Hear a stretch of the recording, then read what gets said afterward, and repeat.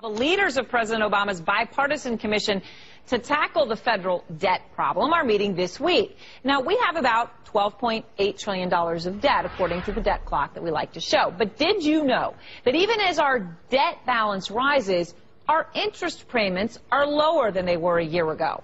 You may say, how is that? Here's how. Our interest rates are lower. In fact, the U.S. government paid a higher percentage of its GDP on debt payments a decade ago when President Clinton was in office, and we actually had a budget surplus. Well, doesn't that make the case for not caring about all this borrowing? It's a pretty stunning statistic.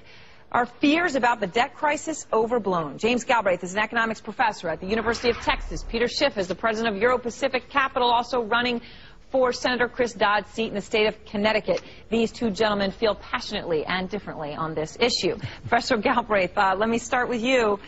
This statistic was pretty stunning. When I saw it, I was eager to do this segment. All this fear about debt, is it fear-mongering? It is fear-mongering, and thank you for noticing that interest rates were much higher a decade ago than they are today. The United States government does not have and is not going to have a problem financing its public expenditures and its deficits. It's simply not an issue that should be on our list of things that we really care about right now. Peter Schiff. Well, you can see that I'm laughing.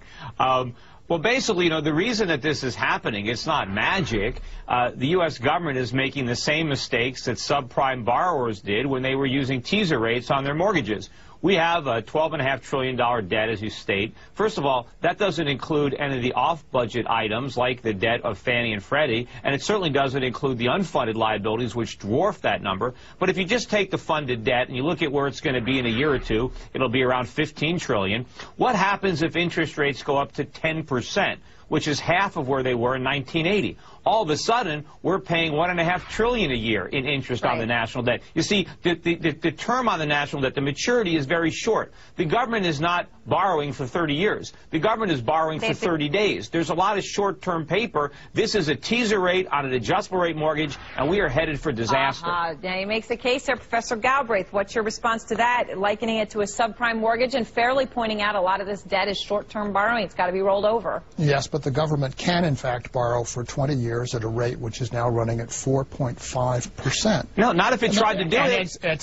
If it actually tried to do it, rates would go up. Well, that's a rate which tells you that the capital markets are not, in fact, worried about this, whatever this actual scenario is, that somehow the capital markets are going to turn around and say that the U.S. government cannot finance itself. The only reason if it can finance itself for the short term at zero, it should do so. No, perfectly reasonable thing to do. The reason that the federal government isn't borrowing in the 30-year bond market is if it tried to refinance the short-term debt long-term, it would destroy the bond market. Bond prices would collapse and interest rates would go through the roof. The only reason long-term rates are so low is because the government isn't borrowing at the long end. Peter, what about the question, though, that part of this comes down to there is a pool of money out there and it wants to go somewhere it perceives to be safe.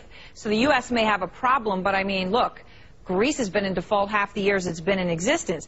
Spain, Portugal, you name it. I mean, the U.S. may be bad, but it may be better than anywhere else, and maybe that's why rates are low. Greece didn't have it. Nobody was talking about Greece's problem 6 months ago. All of a sudden, it's a problem. The United States is the next Greece. You know, we're going up the food chain in sovereign credit. We are the worst offenders. We owe the most amount of money to the most amount of people all around the world. We have this giant credit bubble, and when it began to burst in 2008, we didn't solve the problem. We made it worse. We have a much bigger problem coming in the years ahead when the U.S. government bubble bursts. The difference between the United States and Greece is that Greece is a member of the euro, and Greece has to fund itself in a currency that it cannot control.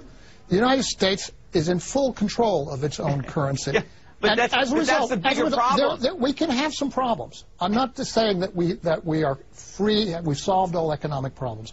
I'm saying financing the government of the United States is not one of the problems that we face. Sure it is. See, the fact that Greece can't print money, that's a good thing. The fact that we can print money to repudiate our debts with inflation, that's not a good thing. Anybody who's holding U.S. government bonds, basically what you're saying is, it's okay, the government's going to print a bunch of money, you're going to get paid. If the markets were seriously worried about the prospect of inflation, they would not have a 4.5% rate the on markets 20% are wrong. bonds. Look, just like the markets didn't see the subprime problem until it was too late.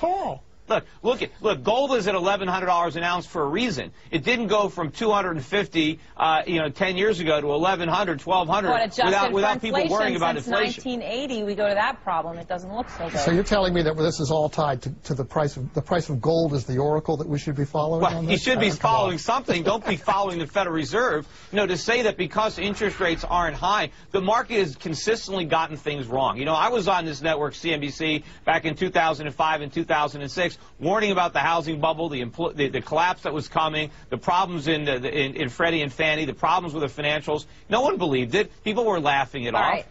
All of a sudden, I these only things say that happen. if the markets truly are as inefficient and irrational as you say, then we should tax them and we should regulate them to a fair level. Well, they're already taxed and let's regulated. That's part of the problem. Let's take a pause there, and viewers, let us know. Is this a case of we should be concerned about it, or is this perhaps proof, if you trust markets, that the U.S. should continue to borrow as long as rates are low? Let us know what you think. StreetSigns@CNBC.com.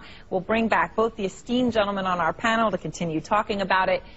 Maybe it's just a case of, hey, if you owe $1 to the bank, it owns you, but if it's $100 million, you own that.